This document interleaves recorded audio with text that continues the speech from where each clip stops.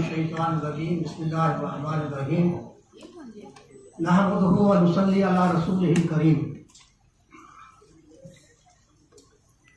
Principal college हाजा, मेरे बहुत ही काबिल एहतराम सीनियर रिटायर्ड प्रोफेसर भट्ट साहब, जो वालिद गिरामी हैं अज़ीज़म डॉक्टर मुआज़ साहब थे। मैं ये समझता हूँ कि मैं इस गैदरिंग में सबसे ज़्यादा मुअम्मर हूँ।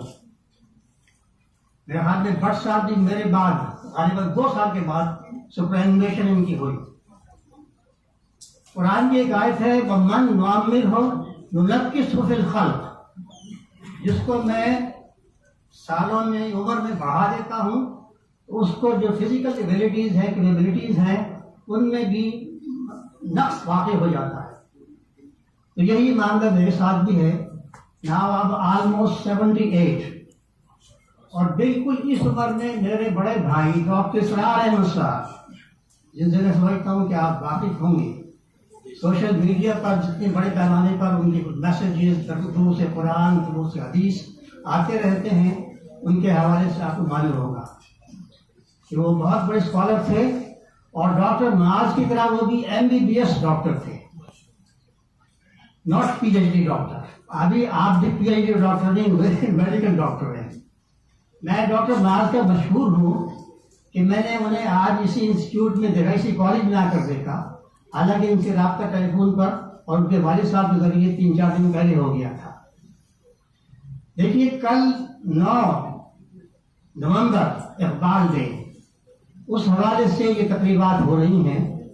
तो मेरे साथ जो वारदात हुई है उसका मैं जिक्र करूँगा, क्योंकि मेरा ताल्लुक भी इक़बाल अकेडमी से रहा है और है अब भी, और मैं फिलॉसफी डिपार्टमेंट में प्रोफेसर ऑफ फिलॉसफी की हैसियत से इक़बाल चेयर पर मुतमक्किन रहा हूँ, इक़बाल चेयर ऑफ फिलॉसफी। लेकिन अब मामला यह है कि रशीदा से करेगा, इसलिए मैं खुलकर बोल सकता हूँ कि उस डिपार्टमेंट में ना कोई एसोसिएट प्रोफेसर है और ना कोई प्रोफेसर, इसलिए इक़बाल चेयर जो है वो अनऑक्यूपाइड है वहाँ पर। ये अलमिया है, दुआ कीजिए कि बहुत जल्दी इनकी तरक्की हो और फिर वहाँ पर बाकायदा इक़बाल जो चेयर है वो आबाद हो जाए, वो खाली ना रहे। मैंने अभी एक वारदात की बात की, तो ये इक़बाल डे के हवाले से इरफान सिद्दीकी साहब जो सेनेटर हैं, उनसे आप वाकिफ होंगे, नून लीग से उनका ताल्लुक है और जाहिर बात है बहुत फाजिल आदमी है, उनके कॉलम्स भी आते रहे हैं। उनका ताल्लुक जो कि प्राइम मिनिस्टर साहब से है, तो चंद दिन पहले वो उनसे मिले और इनकी ख्वाहिश पर प्राइम मिनिस्टर साहब ने इजाज़त दी कि एक कमेटी बनाई जाए और पूरे नवंबर के महीने में इक़बाल के फ़िक्र की इशाअत और तरवीज के हवाले से इजलास और तकारीर मुनक़िद की जाए, ख़ास तौर पर एजुकेशन इंस्टीट्यूट के अंदर। तो इक़बाल अकेडमी की जो डायरेक्टर हैं डॉक्टर बसीरा अमीन, उन्होंने बहुत अर्जेंट बेसिस पर मेरा भी CV तलब किया, तो मैंने उनको ऑनलाइन भेज दिया। उसको इस्लामाबाद भेजा गया और फिर मुझे भी उस 25-30 रुकनी कमेटी का मेंबर बनाया गया, जाहिर बात है हाई अथॉरिटीज़ की तरफ से, और मुझे भी कहा गया कि मैं उसमें हाजिर हूँ। अगरचे जाहिर बात है कि आज जो मीटिंग वहाँ पर 12 बजे शुरू हुई होगी, उसमें सिर्फ इस्लामाबाद और दिल्ली के जो भी लोग हैं, मशाहिर हैं, वो ही शामिल हो सकेंगे। बाकी लोगों के बारे में ऑर्डर ये था कि वो ज़ूम पर रब्ता रखें।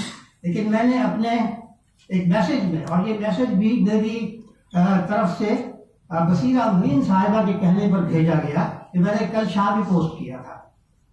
Thanks for the membership of this August committee. I firmly believe that Allama Iqbal stood for Islamic, holistic, integral orientation for all authentic knowledge and scholarship. For this, teachers in educational institutes, हमारा ज़्यादा ताल्लुक हो रहा है तलबा से और नौजवानों से, लेकिन मेरा ये ख्याल है कि नौजवानों की कैरेक्टर और किरदार साजी के लिए जो रोल मॉडल का मामला है वो असातिज़ा को प्ले करना है। For this, teachers in educational institutes of all levels should themselves appear and behave as role models to motivate and inspire students. Tomorrow I shall be busy in giving a lecture on Iqbal's thought at the Punjab University. लेकिन मैंने अपनी माजरत पेश कर दी कि मैं zoom पर available नहीं होऊंगा और यहाँ मालूम की जिक्र लिया आपके सामने।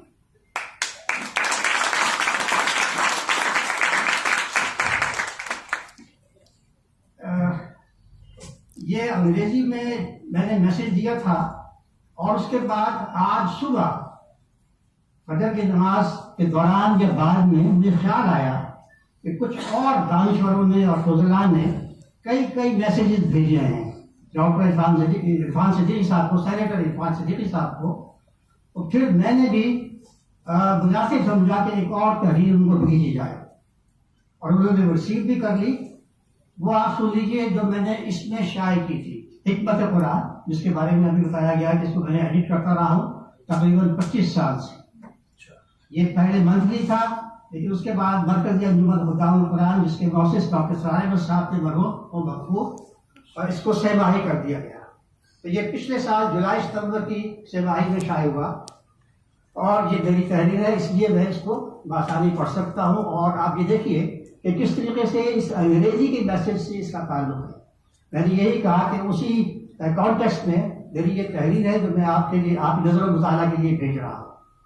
हमारे यहाँ बाज़ इस्लाम पसंद ज़हीन और आला तालीम याफ्ता हज़रात ने इल्म और तालीम और तदरीस के मौजू पर खासा कुछ लिखा है। इनमें एक नुमाया नाम डॉक्टर शाहिद सिद्दीकी साहब का है। मुझे नहीं मालूम कि आप लोग उनसे वाकिफ हैं या नहीं। ये छोटे भाई हैं सेनेटर इरफान सिद्दीकी साहब के, जो लाहौर की कई अहम दरसगाहों में तदरीसी तजर्बे के बाद अल्लामा इकबाल ओपन यूनिवर्सिटी के वाइस चांसलर रहे और वहां से रिटायर हुए। मेरे इल्म में तालीम के मौजू पर उनकी कोई मखसूद किताब तो नहीं, लेकिन गुज़िश्ता 8-10 माह के दौरान मुतअद्दिद अखबारी कालमों में उन्होंने अपने ख्यालात और तज्ज़िये पेश किए हैं। अब देखिए ना, ये एक इंस्टीट्यूट है, यूनिवर्सिटी का एक हिस्सा है, तो जाहिर बात है कि तालीम उसके हवाले से इनकी हैसियत बहुत अहम है।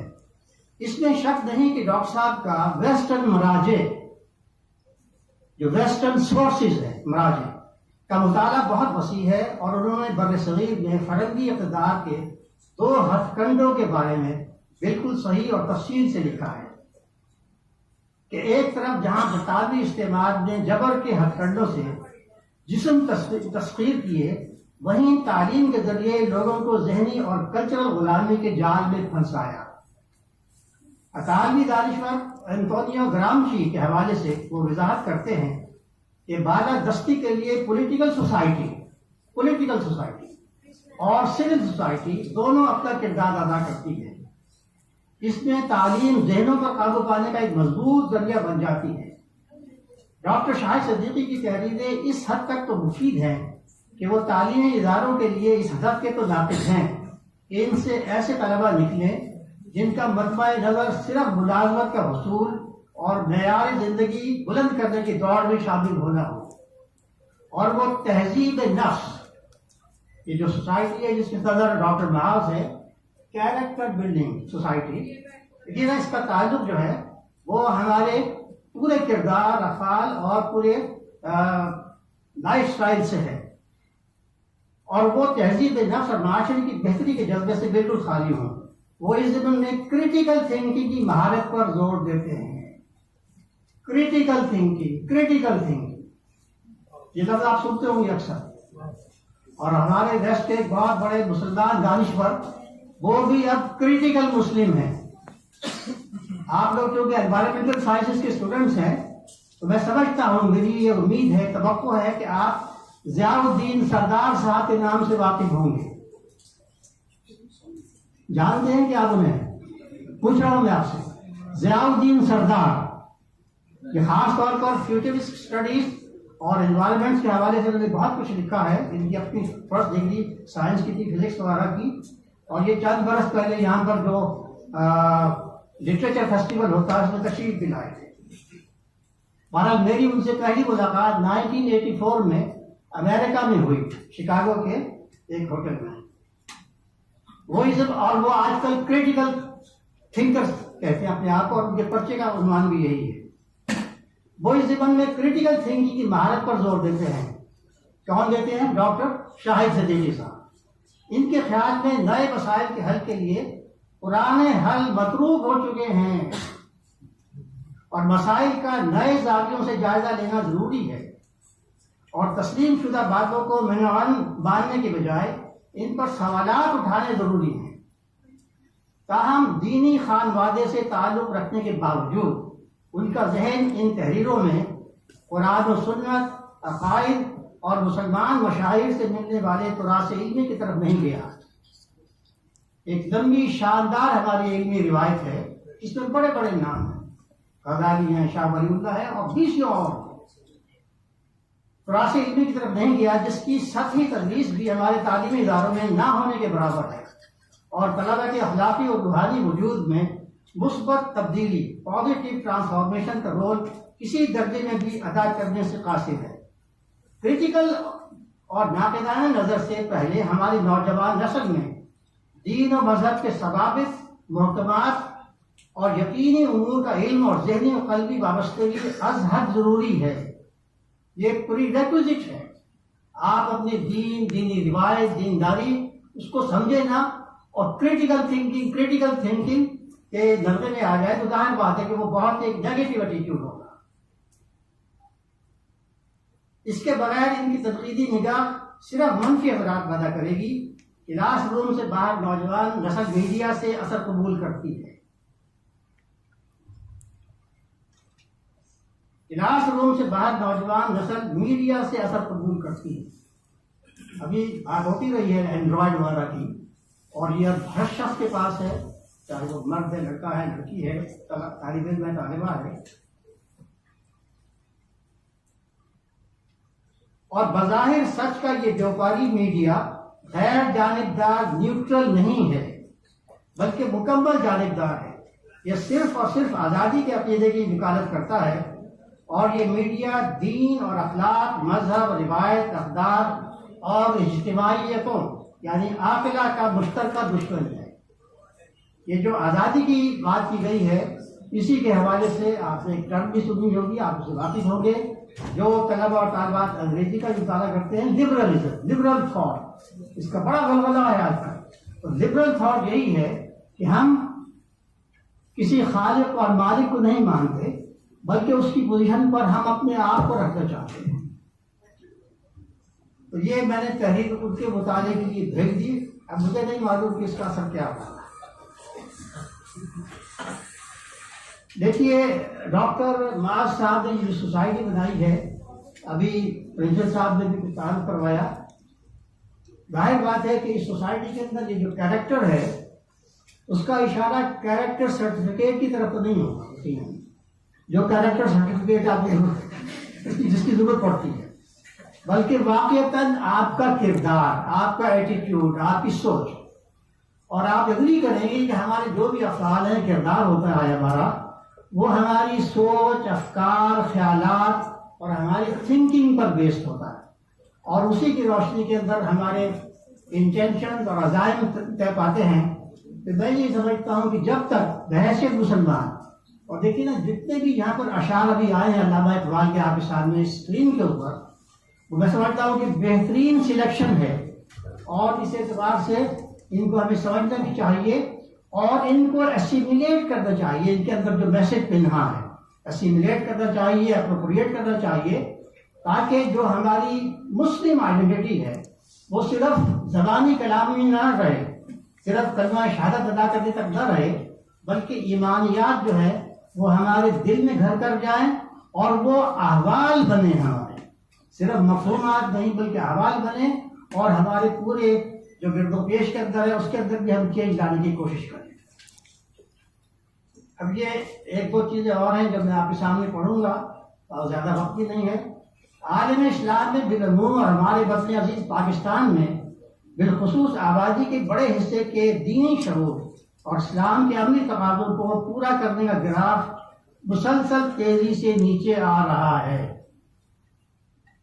मुझे इसकी वजाहत की कोई ज़रूरत महसूस नहीं होती, आप सब लोग देख रहे हैं जो कुछ हमारे मुल्क में जिस तेज़ी से अब हमारी मॉरल डिकेडेंस कहिए, मॉरल टर्पिट्यूड कहिए, वो हमारे सामने आ रहा है। जिसके शवाहिद हम अपने घरों, गलियों, बाजारों, तालीमी इदारों और हुकूमती इदारों गर्जे के हर जगह देख सकते हैं। साइबर स्पेस की आमद और डिजिटल इनकलाब के बाद हमारी जहनी हालत महकूमी और मगलूबियत में कई गुना इजाफा हो गया है। अभी डॉक्टर रशीद अरशद साहब ने डीकोलोनाइजेशन की बात की। 1947 अगस्त में हमने आज़ादी तो हासिल कर ली, लेकिन डीकोलोनियलिटी जो एक माइंड सेट होता है कि जो अब इंडिपेंडेंटली सोचे या अपने रिवायत के हवाले से सोचे, जो उसकी रूट्स है, जो इंडिजिनस उसकी बुनियादें हैं, उन तक अभी तक हम नहीं पहुंचे हैं। बल्कि हमारा माइंड सेट वही है ऑक्सब्रिज जो तालीम बाहर और उसी एक्सेंट से अंग्रेजी बोलना, और फिर जो वेस्टर्न जो भी कैरेक्टर्स हैं उनको हम अभी तक मिमिक करते हैं और उनको अडॉप्ट करने में बड़ा फख्र महसूस करते हैं। साइबर स्पेस की आमद और डिजिटल इनकलाब के बाद हमारी जहनी हालत महकूमी और मगलूबियत में कई गुना इजाफा हो गया है। एक मारूफ इस्लामी दानिश्वर के तज़किया और तहरीर के मुताबिक असर हाजिर के मुसलमानों का मसला हालत इनकार में होना है। ये एक दानिश्वर हैं जिनका फिक्र काफ़ी कॉम्प्लेक्स किस्म का है, उसको अगर से आप इग्नोर भी कर सकते हैं इस वक्त। उनके बरखिलाफ मैं उनसे एग्री नहीं करता, उनके बरखिलाफ रातन के ख्याल में हमारे दीनी और अखलाकी ज़वाल और बहरान का असल सबब यूरोपीय और अमरीकी इल्हाद और लिबरल अफकार से सहर ज़दा और उनका महकूम बन जाना है। इस हालत महकूमी और बेबसी में हमारी आंखें और कान भी इल्ला माशाअल्लाह जाहिलियत के फराहम करदा समी और बसरी मवाद से हमा वक्त मसमूम रहते हैं।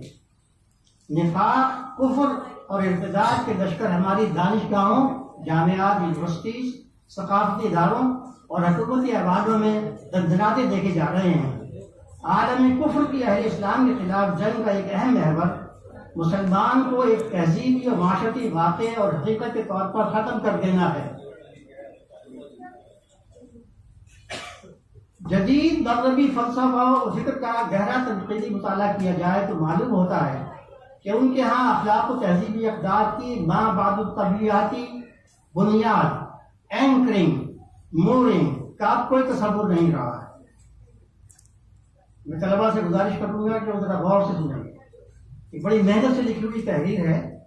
जदीद मग़रबी फ़लसफ़ा और फ़िक्र का गहरा तनक़ीदी मुताला किया जाए तो मालूम होता है कि उनके यहाँ अखलाक और तहजीबी अक़दार की माबादु तबीई बुनियाद, मेटाफिजिकल बुनियाद, एंकरिंग और मूरिंग का कोई तसव्वुर नहीं रहा है। पोलैंड के फ़लसफ़ी ज़िगमंड बाउमन की किताब टुकड़ों में बड़ी जिंदगी, लाइफ इन फ्रेगमेंट्स बताती है कि यूरोप और अमेरिका में पढ़े लिखे लोग ज़हनी तौर पर एक खला, वॉइड और इनकार कुल, नाहिलिज्म में जिंदगी बसर कर रहे हैं। और राज रंग और फ्री सेक्स के पॉपुलर कल्चर ने अवाम ख्वास सबको अपनी गिरफ्त में लिया हुआ है। ग्रेको रोमन फिक्र और ईसाइयत के वजूद और कायदात के हवाले से बुनियादी रूहानी ताबीर को तर्क और एंटी एसेंशलिस्ट पोजीशन लेने ने उनके पूरे उसलूब हस्ती और बैनुल इंसानी अंदाज ताल्लुक को यकसर तब्दील कर दिया है। और हकीकत यह है कि अब वहाँ इंसान होना खुद मार्ज़ खतर में है और बहुत से इल्मी नाम नहाद इल्मी मकाले और किताबें पोस्ट ह्यूमन सिनेरियो से मुतालिक शाये हो रही हैं।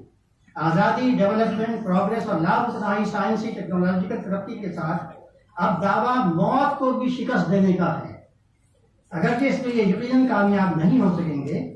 बहरहाल दूसरी जानिब मगरिब दीनी बात ऐसे संजीदा फिक्र और इल्मी तज़किया और तहरीर के मुफ़क्किरीन भी हैं जिन्होंने मुतअद्दिद अहम तसानीफ में मगरिब की टेक्नोलॉजिकल और डिजिटल तरक्की पर न सिर्फ सख्त तनकीद की है बल्कि उसे इंसानियत के लिए इंतहाई मंफी करार दिया है। इनमें मुतअद्दिद दूसरे तहजीब हाजिर के मकात मुसन्निफीन के साथ कार्ल आर ट्रूमैन और जॉन ग्रे के रशात मगरबी तहजीब और कल्चर से अजाला शहर डिसइल्यूजनमेंट का खुलकर इजहार करते हैं और ह्यूमन कंडीशन की कल्चरल और नफ्सियाती नाहमवारियों के बारे में सख्त ज़हनी कर्ब और तशवीश के साथ बुनियादी सवालात उठाते हैं। तो हज़रात और ख़वातीन, मामला ये है कि इस वक्त आलमी सतह पर, आफाकी सतह पर जो एक लाअदवियत है या तशकीक है वो सर चढ़कर बोल रही है। लेकिन मैं ये समझता हूँ कि हम लोग जो मुसलमान हैं उन्हें अपने पास जो डिवाइन गाइडेंस है हमारे पास कुरान की सूरत में, और फिर हुज़ूर का एक रोल मॉडल जिसे आप सुन्नत कहते हैं, हदीस ज़ख़ीरा है, कॉर्पस ऑफ हदीस है, ये चीज़ें मौजूद हैं। और फिर हमारे सालेहीन ने, सहाबा ने, तबा ताबीन ने इतना काम किया है कि जिसको अगर हम इग्नोर कर दें तो वाक़या ये है कि ये नाशुक्री होगी कि अल्लाह ने हमें गाइडेंस से नवाजा है, लेकिन उसके बावजूद हम वेस्ट से मुतासिर होकर उन्हीं को बस उनकी नकाली करते हैं और अपनी जो रूट्स हैं और अपने जो बुनियादी तस्वुरात हैं उनसे बिल्कुल नाबलद होते जा रहे हैं। मैं आखिर में, मैंने हासिल वक्त ले लिया है, एक मिसरा मैंने यहाँ पर लिखा था, अग़यार के अफकार और तख़य्युल की गदाई, क्योंकि जो जिसके सदर हैं माशाल्लाह शेर वाक़ई इनका बहुत अच्छा है, बहुत अच्छी इन्होंने सिलेक्शन की है। तो कुछ अशआर मैंने भी देखे, अग़यार के अफकार और तख़य्युल की गदाई, क्या तुझको नहीं अपनी खुदी तक भी रहनुमाई, और इसी तरह तेरा वजूद सरापा तजल्ली अफरंग कि तू कौमों की इबारत, कि तू वहाँ की इबारत ज़रों की है ताबीर। यानी इसको हमने अब कंडेम करना है और अपनी रूट्स, अपने दीन, अपनी रिवायत की तरफ वापस आना है।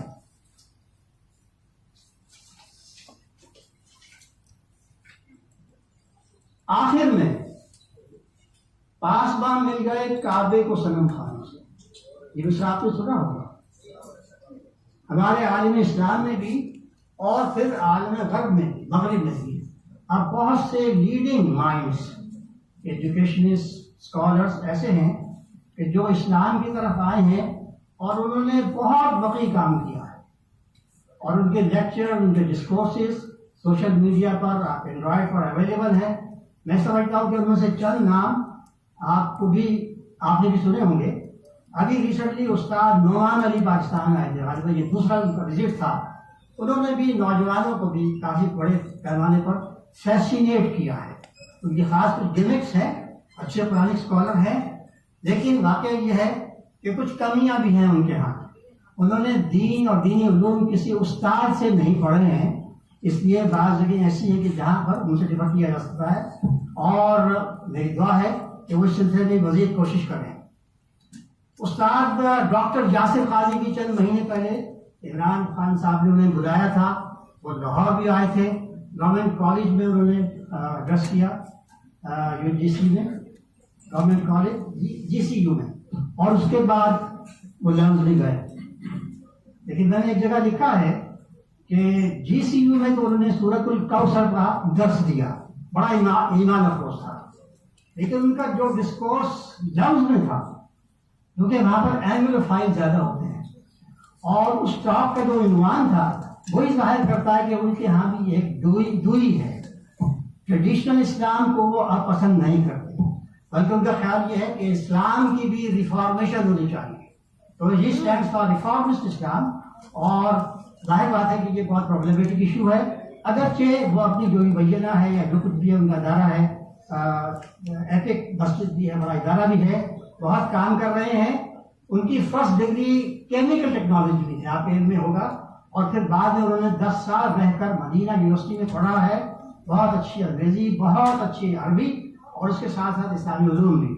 लेकिन महाराज उनके लिए भी दुआ कीजिए कि वो कुछ डिविएंट हो गए हैं, और वो जहाँ वहाँ के जो लिबरल मॉडर्निस्ट ट्रेंड्स हैं उनके कुछ असीर नजर आते हैं। इंग्लैंड में शेख अब्दुल हकीम मुराद, जिनका ओरिजिनल नाम टिम विंटर था, वो आप जिस तरह कुरान, अरबी, हदीस पर वो रखते हैं, जुमे का खुतबा एक बहुत बड़ी मस्जिद के अंदर देते हैं। मस्जिद वो है जो मैंने अभी नहीं देखी, जाहिर बात है बिल्कुल डाउनटाउन कैम्ब्रिज के अंदर वो मस्जिद है। उसका नाम भी इको मॉस्क है। खास तौर पर वो इकोलॉजी को सामने रखते हुए हवा और वो जो भी है लाइट वाइट, उसका इंतजाम किया गया। बहुत खूबसूरत मस्जिद है। आप में से जो भी इंग्लैंड जाए और कैम्ब्रिज जाना हो तो इस मस्जिद को जरूर विजिट करें और शेख से ही मिले। शेख अब्दुल हकीम मुराद, मुफ्ती इस्माइल बैंक है, डॉक्टर शबीर अली हमारे हैं पाकिस्तानी ओरिजिन के, वो भी कनाडा में बहुत बिजी हैं, और डॉक्टर हुसैन नसर हैं।